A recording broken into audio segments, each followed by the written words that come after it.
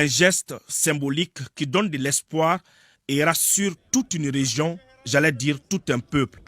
Dans 12 mois, cet espace à perte de vue sera transformé en un camp militaire. Il sera construit sur une superficie de 500 hectares et abritera le 35e régiment d'infanterie motorisée. Et naturellement, les populations de Kita, avec à leur tête le gouverneur, ont eu les mots justes pour remercier le chef suprême des armées dont le souci est la sécurisation des personnes et de leurs biens. Cette grande décision que viennent de prendre les plus hautes autorités du pays pour réaliser un camp militaire dans la région de Kita vient à point nommé, compte tenu de la détérioration de la situation sécuritaire que connaît notre circonscription depuis un certain temps. La réalisation de cette infrastructure contribuera, nous n'en doutons guère, à la prise en charge des défis et des enjeux sécuritaires, qui sont nombreux, mais également au développement socio-économique, voire culturel de notre région. Ce futur camp de l'armée de terre couvrira la partie ouest du pays. Il sera doté d'infrastructures et d'équipements de dernière génération. Cette caserne doit permettre aux FAMA de faire face à la sempiternelle question du terrorisme. La construction de ce camp militaire participe au renforcement des capacités opérationnelles en matière de défense et de sécurité de la région de Kita.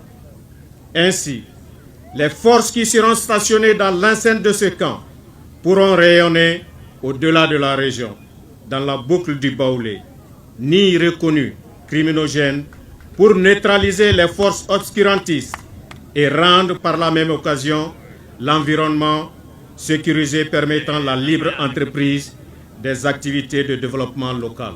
Ce camp abritera un régiment d'infanterie motorisée composé de 5 unités dont 4 compagnies d'infanterie et une compagnie de commandement logistique. Le dit régiment sera placé sous le commandement de la 3e région militaire. Et quand le peuple est en phase avec son armée, les autorités sont réconfortées dans leur initiative visant à assurer la quiétude.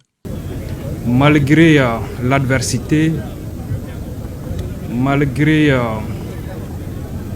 les pressions, le président de la transition est resté fidèle à sa vision, fidèle à la volonté du peuple malien de voir les forces de défense et de sécurité d'assurer leur mission régalienne de manière autonome. Cette vision se concrétise tous les jours par 3 actions, à savoir l'acquisition de moyens sophistiqués, la formation et l'entraînement et l'amélioration des conditions de vie du personnel. Bougouni, c'était il y a 2 mois, aujourd'hui c'est autour de Kita et demain ça serait d'autres localités. Je voudrais dire que 1 centimètre carré du territoire national ne sera négligé. Avant de procéder à la pose de la première pierre du camp, le responsable du département de la Défense a rendu une visite de courtoisie aux légitimités traditionnelles de la ville de Kita. Celles-ci ont réaffirmé leur soutien pour la réussite de la transition.